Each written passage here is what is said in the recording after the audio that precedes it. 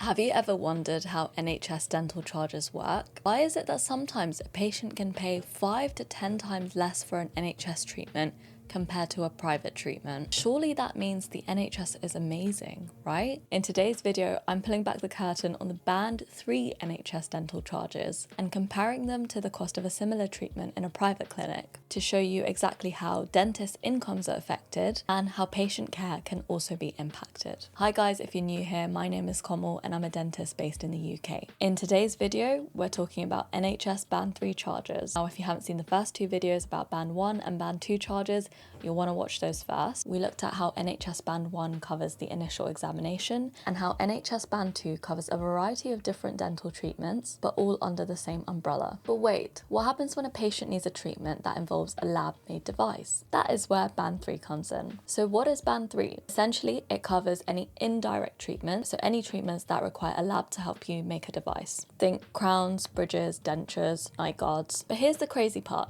Just like Band 2, Band 3 treatments aren't just for a single item, they are cumulative. This means that when a patient needs several treatments, like an examination, fillings, extractions, an upper and a lower denture, they will fall under a single Band 3 charge. Currently, the cost for the patient is fixed at £319.20.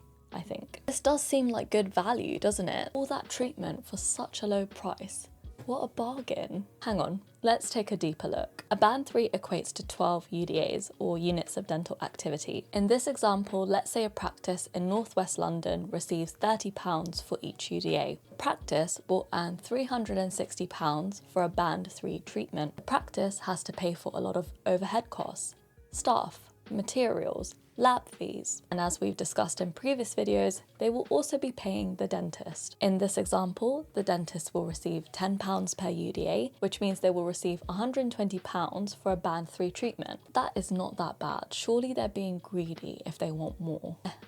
Let me explain. As I mentioned before, the Band 3 charge covers all of the patient's treatment. This includes the checkup. This includes any fillings they needed. This includes any extractions they needed. This includes the 2 dentures they require, and it may include the crown on top. On the NHS, there is really no limit. The 12 UDAs also covers lab fees. So let's say a lab fee for creating a denture is £60. The dentist typically pays for 50% of that. So in this crazy scenario where the dentist has done loads of work for the patient and made them 2 dentures, the dentist may take home just £60 for all of their work. The system doesn't take into account the number of appointments needed to perform the work. It doesn't take into account how many treatments were required or even how many appliances were required to be made. Let's dive in a little bit deeper.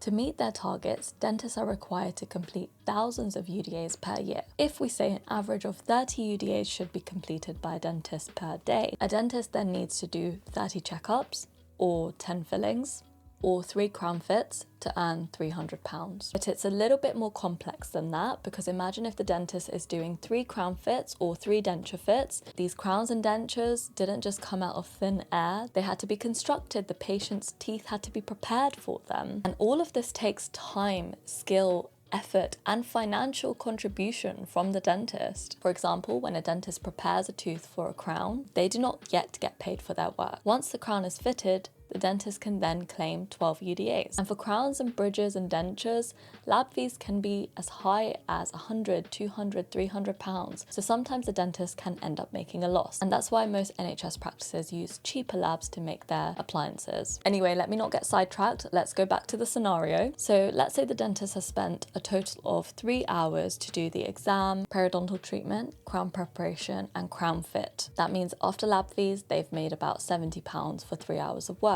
Now let's compare all this to a private course of treatment. For something similar like an exam, periodontal treatment, and a crown, the cost would likely be over £900 in a private practice. The private dentist also contributes to 50% of the lab bills. So let's say they were charging £800 for the crown and the cost of making the crown was £200. They would have earned a total of £350. That is 5 times more than what they'd make on the NHS. And the difference doesn't stop there. In my hypothetical world, I am saying that both of these dentists manage to spend 3 hours with their patients. In reality, that's not always the case. The NHS dentists in practice physically cannot afford to spend that long with the patient. Spending 3 hours to get 12 UDAs can sometimes make a loss for the practice and the dentist. Of course, it's important to remember that private practices also have bills and targets and things like that, but typically a dentist can spend more time with their patient, using new technology, using more aesthetic, more durable materials, and offering a wider range of treatments than what is available on the NHS. If they're getting paid fairly for their time,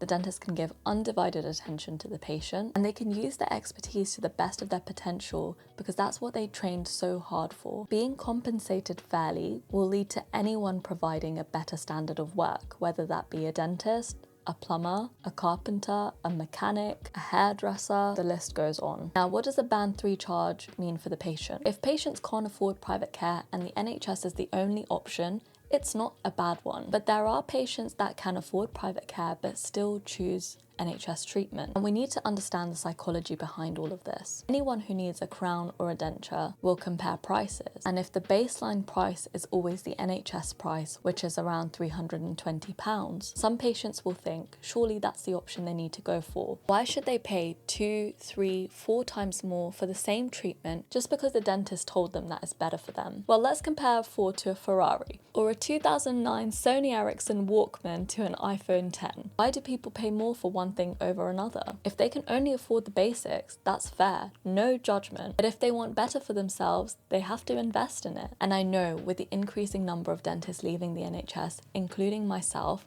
it is really hard for some people to access care. And my heart genuinely goes out to the people who cannot afford private care and understand and accept that the NHS is the path for them. But there are some patients who feel entitled to NHS care and also have sky-high expectations, always making claims like, why can't I have this on the NHS?